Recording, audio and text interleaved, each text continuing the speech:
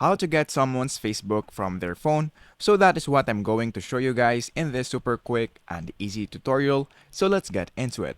So the first thing that we need to do is of course go here on our home and then just open your browser. So I'm just gonna go here on my Google search and then type find Facebook account. Once you type that, just click the search button, which is right here. And then in this part, you will see this forgot password. So all you have to do is to just click on that. So click forgot password.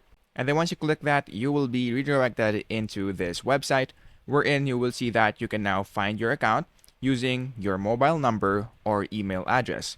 Now make sure that the phone number that you're going to put here is connected to the account that you're looking for.